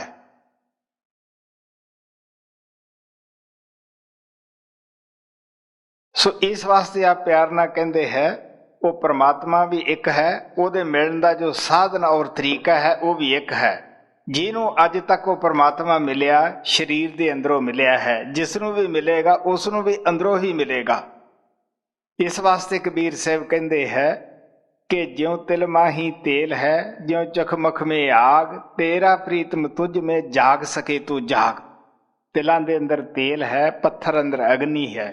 इसे तरह तेरा परमात्मा जिसनूं तू मिल के ही मुक्ति हासिल कर सकदा, वो तेरे अंदर है। ਸੱਚਾ ਸਾਹਿਬ ਏਕ ਤੂੰ, ਜਿਨ ਸਚੋ ਸਚ ਵਰਤਾਇਆ। ਜਿਸ ਤੂੰ ਦੇ ਤਿਸ ਮਿਲੇ ਸਚ, ਤਾਂ ਤਿੰਨੀ ਸੱਚ ਕਮਾਇਆ। ਇਹ ਵੀ ਪ੍ਰਮਾਤਮਾ ਨੇ ਸਭ ਕੁਝ ਆਪਣੇ ਹੱਥ ਵਿੱਚ ਰੱਖਿਆ ਹੈ ਕਿ ਮੈਂ ਕਿਸ ਨੂੰ ਆਪਦੇ ਸਾਥ ਮਿਲਾਉਣਾ ਹੈ, ਕਿਹਨੂੰ ਨਹੀਂ ਮਿਲਾਉਣਾਗਾ। ਸਾਰੇ ਆਪਾਂ ਕੋਸ਼ਿਸ਼ ਕਰਦੇ ਹਾਂ, ਲੇਕਿਨ ਇਹ ਸਭ ਕੁਝ ਉਹਨੇ ਆਪਦੇ ਹੱਥ ਵਿੱਚ ਰੱਖਿਆ ਹੈ। ਮੈਂ ਕਿਸ ਦੇ ਦਿਲ ਅੰਦਰ ਆਪਣੇ ਨਾਮ ਦੀ ਭੁੱਖ ਪੈਦਾ ਕਰਨੀ ਹੈ, ਪਿਆਸ ਪੈਦਾ ਕਰਨੀ ਹੈ, ਕਿਸ ਦੇ ਅੰਦਰ ਨਹੀਂ ਕਰਨੀ। ਮਹਾਰਾਜ ਸਾਵਨ ਸਿੰਘ ਸਤਸੰਗ ਦੇ ਵਿੱਚ ਇੱਕ ਆਪਣੇ ਦੋਸਤ ਦੀ, ਜਦੋਂ ਆਰਮੀ ਵਿੱਚ ਹੁੰਦੇ ਸੀ, ਉਹਦੀ ਇੱਕ ਕਹਾਣੀ ਦੱਸਦੇ ਹੁੰਦੇ ਸੀਗੇ। ਕਿਸ਼ਨ ਸਿੰਘ ਉਹਦਾ ਨਾਮ ਸੀਗਾ।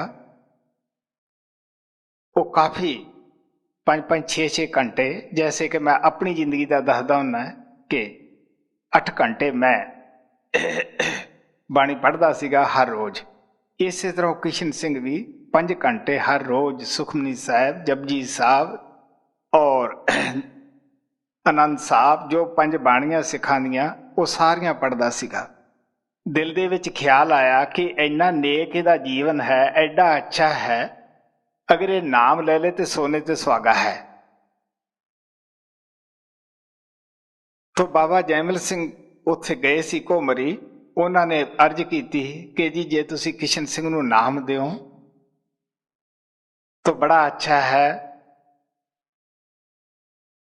ਤੋ ਮਹਾਰਾਜ ਜੀ ਕਹਿਣ ਲੱਗੇ ਕਿ ਮੈਂ ਆਪਦਾ ਸੜਕ ਦੀ ਦੇਖਭਾਲ ਕਰਨੇ ਚਲਿਆ ਗਿਆ, ਕਿਉਂਕਿ ਮਹਾਰਾਜ ਜੀ ਉੱਥੇ ਇੰਜੀਨੀਅਰ ਸਨ, ਉਹ ਸੜਕ ਦੀ ਦੇਖਭਾਲ ਉੱਥੇ ਕਰਦੇ ਸਨ। ਤੋ ਕਿਸ਼ਨ ਸਿੰਘ ਨੂੰ ਘਰੇ ਛੱਡ ਗਏ, ਬਈ ਤੂੰ ਬਾਬਾ ਜੀ ਨਾਲ ਬਾਤਚੀਤ ਕਰ ਲਈ। ਉਹਨਾਂ ਨੇ ਆਖਿਆ ਵੀ ਇਹਨੂੰ ਨਾਮ ਦੇ ਦੇਣਗੇ। ਕਿਸ਼ਨ ਸਿੰਘ ਨੇ ਜਿਉਂ ਆਪਦਾ ਗ੍ਰੰਥ ਖੋਲ੍ਹਿਆ, ਕਿਉਂਕਿ ਸੰਤਾਂ ਦੇ ਕਾਇਦਾ ਚਾਹੇ ਤੁਸੀਂ ਸੁਣਾਈ ਜਾਓ, ਉਹ ਸੁਣ ਲੈਂਦੇ ਹੈ। ਉਹ ਸੁਣਾਈ ਗਿਆ। ਆਖਰ ਕਈ ਘੰਟੇ ਬੈਠ ਕੇ ਕਿਸ਼ਨ ਸਿੰਘ ਉੱਠ ਗਿਆ।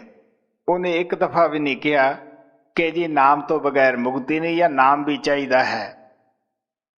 ਜਦੋਂ ਮਹਾਰਾਜ ਸਾਵਨ ਸਿੰਘ ਆਏ, ਉਹ ਬਾਬਾ ਜੀ ਨੂੰ ਪੁੱਛਣ ਲੱਗੇ ਕਿ ਜੀ ਕਿਸ਼ਨ ਸਿੰਘ ਨੂੰ ਨਾਮ ਦੇਤਾ? ਉਹ ਕਹਿਣ ਲੱਗੇ ਕਿ 7 ਜਨਮ ਇਸ ਨੂੰ ਨਾਮ ਨਹੀਂ ਮਿਲੇਗਾ, ਇਹਦੇ ਬੜੇ ਸਖਤ ਕਰਮ ਹੈ, ਇਹ ਜਿੰਦਾ ਸੜਿਆ ਕਰੇਗਾ।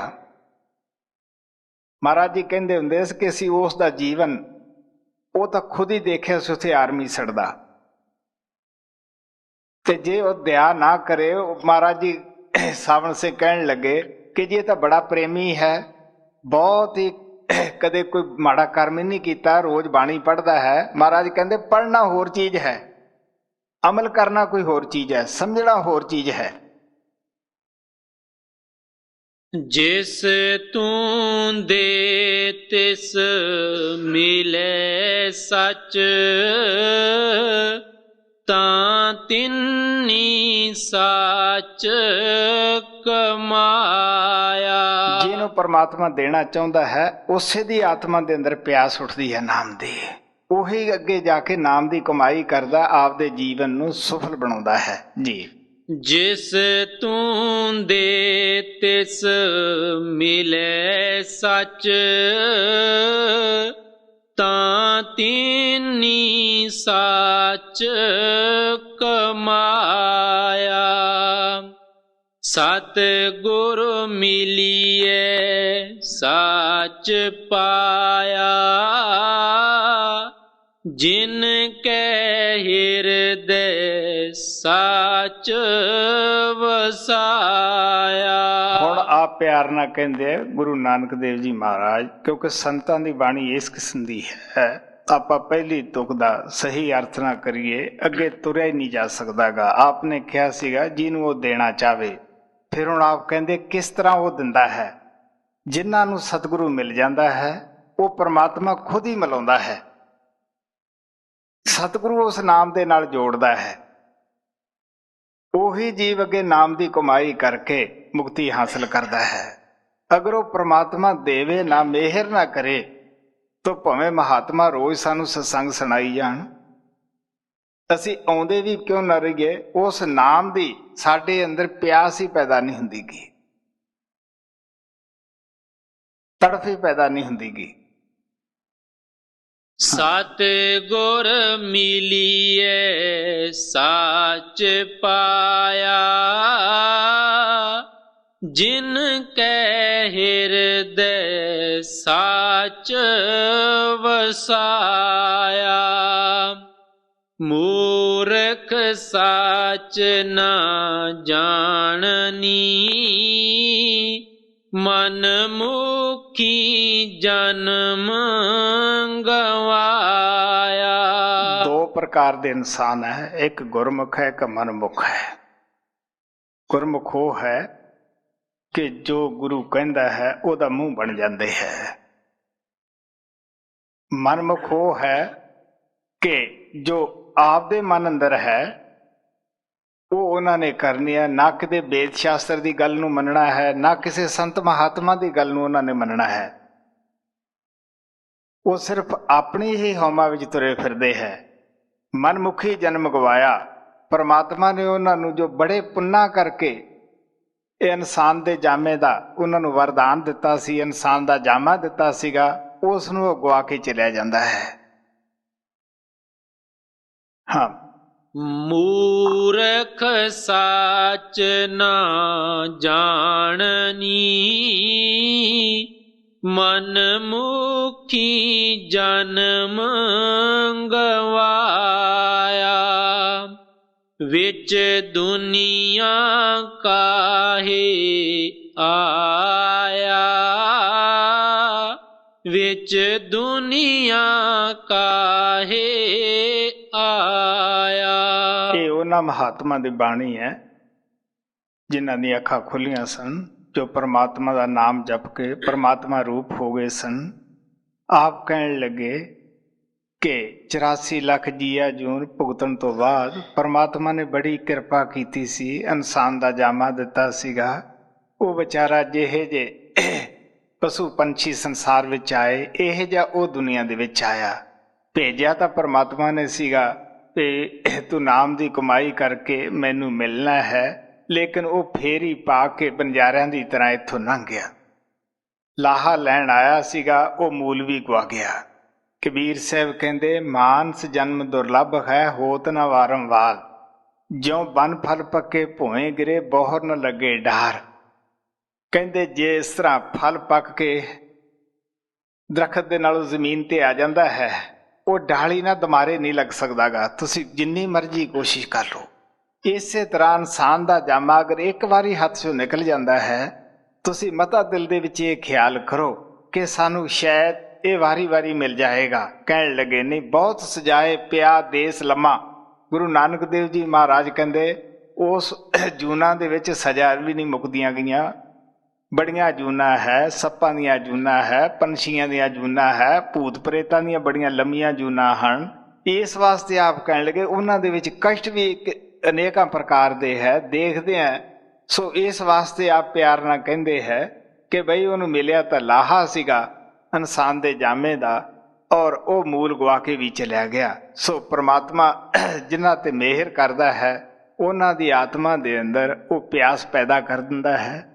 ਉਹਨਾਂ ਨੂੰ ਜੋ ਮਰਜ਼ੀ ਤੁਸੀਂ ਦੁਨੀਆ ਦੀ ਨਿਆਮਤ ਦਿਓ। ਮੈਂ ਦੱਸਦਾ ਹੁੰਦਾ ਹੈ ਕਿ ਐਸੇ ਆਤਮਾ ਜੋ ਸੰਸਾਰ ਵਿੱਚ ਆਉਂਦੀਆਂ ਹਨ, ਨਾ ਉਹਨਾਂ ਦੇ ਗਰੀਬੀ ਦਾ ਅਸਰ ਹੁੰਦਾ, ਨਾ ਅਮੀਰੀ ਦਾ ਅਸਰ ਹੁੰਦਾ ਹੈ। ਅਗਰ ਉਹ ਅਮੀਰ ਘਰ ਪੈਦਾ ਹੋ ਜਾਂਦੇ ਹੈ, ਉਸ ਅਮੀਰੀ ਦੀ ਪਰਵਾਹ ਨਹੀਂ ਕਰਦੇ ਗੇ, ਉਹਨਾਂ ਨੂੰ ਉਹਨਾਂ ਚਿਰ ਸ਼ਾਂਤੀ ਨਹੀਂ ਆਉਂਦੀ, ਚੈਨ ਹੀ ਨਹੀਂ ਆਉਂਦੀ, ਜਿੰਨਾ ਚਿਰ ਐਸੇ ਮਹਾਤਮਾ ਦੇ ਚਰਨਾਂ ਵਿੱਚ ਜਾ ਕੇ ਨਾਮ ਨਾ ਪ੍ਰਾਪਤ ਕਰ ਲੈਣ। ਬੇਸ਼ੱਕ ਉਹ ਕਿਤਨੀ ਗਰੀਬੀ ਵਿੱਚ ਕਿਉਂ ਨਾ ਆ ਜਾਣ, ਔਰ ਉਹ ਫਿਰ ਵੀ ਕਦੇ ਵੀ ਉਹ ਭਗਤੀ ਤੋਂ ਪਿਛਾਂਹ ਨਹੀਂ ਹਟਦੇ ਗਏ।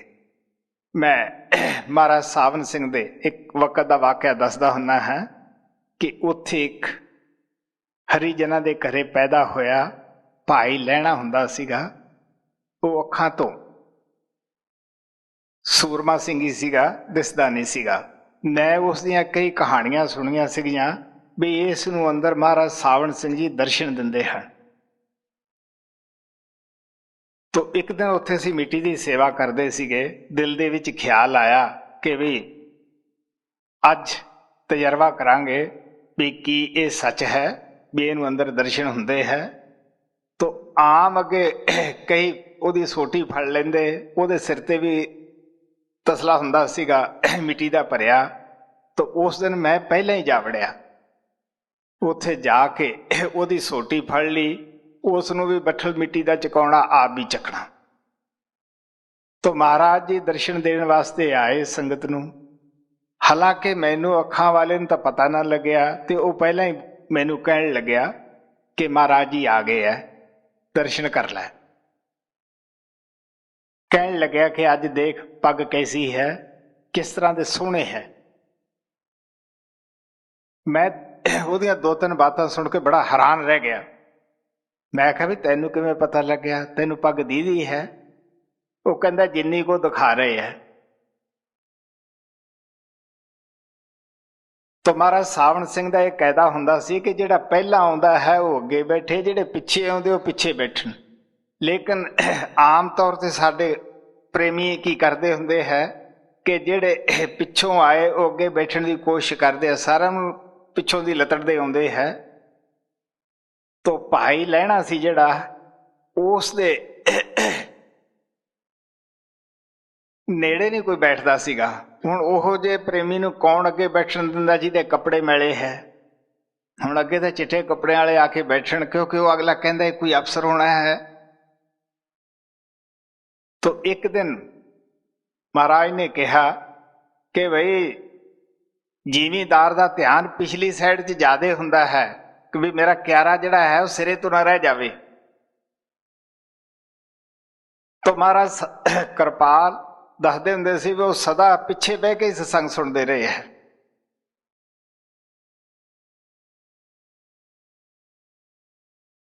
ਸੋ ਇਸ ਵਾਸਤੇ ਜਦੋਂ ਭਾਈ ਲਹਿਣਾ ਅੱਗੇ ਬਿਠਾ ਲਿਆ, ਤੋ ਜਿਹੜਾ ਵੀ ਜੈਂਟਲਮੈਨ ਆਵੇ ਉਹ ਦੂਰ ਹੁੰਦਾ ਜਾਵੇ। ਉੱਥੇ ਕਿਹਨੇ ਬੈਠਣਾ ਸੀ? ਖੈਰ ਸਤਸੰਗ ਹੋਇਆ। ਮਹਾਰਾਜ ਜੀ ਕਹਿਣ ਲੱਗੇ, ਅੱਛਾ ਬਈ ਲਹਿਣਾ ਸਿੰਘ ਤੂੰ ਚਲਾ ਲਾ ਬੰਬ ਜਿਹੜਾ ਚਲਾਉਣਾ ਹੈ। ਉਹ ਲਹਿਣਾ ਉੱਠਿਆ, ਹੱਥ ਜੋੜ ਕੇ ਕਹਿਣ ਲੱਗਾ, ਦੇਖੋ ਬਈ ਜਿਹਦੀ ਖਾਤਰ ਤੁਸੀਂ ਫਕੀਰ ਹੋਏ ਫਿਰਦੇ ਹੋ, ਕਹਿ ਕੇ ਘੰਟੇ ਆ ਕੇ ਬੈਠਦੇ ਹੋ, ਇਹ ਇਸ ਗਰੀਬ ਦੀ ਕੁੱਲੀ 'ਚ ਸਦਾ ਹੀ ਰਹਿੰਦਾ ਹੈ। तो महाराज बड़ी जल्दी बोले, कहने लगे बस इतना ही काफी है। तो कहने का भाव यह है कि वो परमात्मा जी ते दया करता है, मेहर करता है, वो अन्ने नूं अख दे दिंदा है, लूले नूं पैर दे दिंदा है, लेकिन साडी समझ नहीं आई क्योंकि असीं रूहानी तौर ते अन्ने हैं।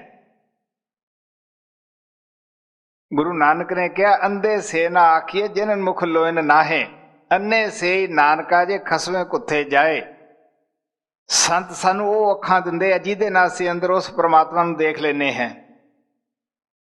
असीं रूहानी तौर दे उत्ते लूले हैं, अपंग हैं, रूहानी चढ़ाई नहीं चढ़ सकदे। तो संत सानू शब्द नाम दी पौड़ी ते चढ़ा के उपर ले जांदे है।